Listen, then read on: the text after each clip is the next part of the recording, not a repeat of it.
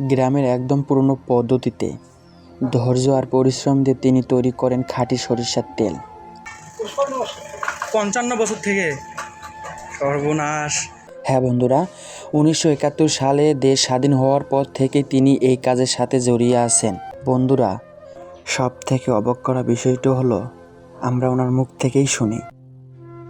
আসসালামু আলাইকুম বন্ধুরা, স্বাগতম আমার ইউটিউব চ্যানেলে মোমিনুল রিয়েল লাইফে। আজকের ভিডিওটা খুবই বিশেষ, কারণ আজ আমি আপনাদেরকে এমন একজন পরিশ্রমী মানুষের গল্প দেখাবো যিনি টানা ৫৫ বছর ধরে একই কাজ করে যাচ্ছেন।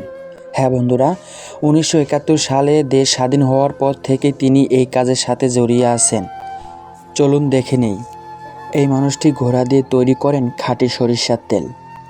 গ্রামের একদম পুরনো পদ্ধতিতে ধৈর্য আর পরিশ্রম দিয়ে তিনি তৈরি করেন খাঁটি সরিষার তেল।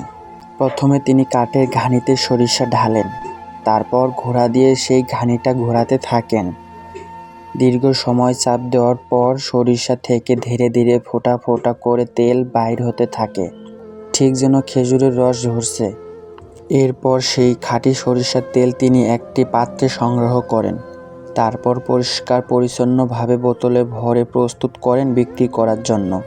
বন্ধুরা, সব থেকে অবাক করা বিষয়টা হলো আমরা ওনার মুখ থেকেই শুনি। যে তেলগুলো যে বানাইতেছেন এই তেলের নাম কি? সরষের তেল, খাঁটি সরষের তেল। তো এইটা এইভাবে কতদিন থেকে এইরকম করেন, মানে এইরকম করে তেল বাহির করেন?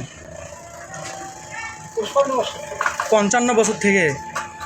সর্বনাশ।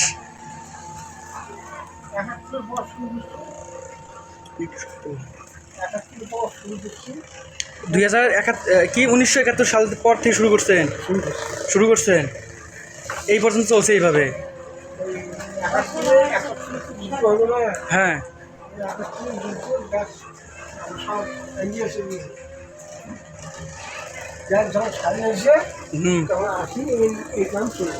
আর দেশ যখন স্বাধীন হয়েছে তারপর থেকে এই কাজ শুরু করছেন?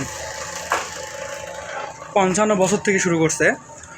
আসলে এই তেলটার নাম হচ্ছে খাঁটি সরিষার তেল। এটা কি গাছমারা তেল নাকি কয়? গাছমারা তেল। আসলে তেলের যেভাবে তেলটা বাইর করতেছে খুবই সুন্দরভাবে, যে এগুলো হচ্ছে সরিষা, আর ওই নিচ দিয়ে পড়তেছে দেখেন, এদিক দিয়ে সুন্দরভাবে তেল, যে এখনও তেল বাইর হয় নাই কিন্তু আস্তে আস্তে বাইর হবে। এই আরও একটা দিছেন, একটা শেষ করছেন, আরেকটা দিছেন। ইনি টানা ৫৫ বছর থেকে এইভাবে তেল বাইর করতেছে, গাছ মারা তেল। তারপর আবার ঘোড়ার সাহায্যে। তো আচ্ছা, ঠিক আছে, ভালো থাকেন। হ্যাঁ, আসসালামু আলাইকুম।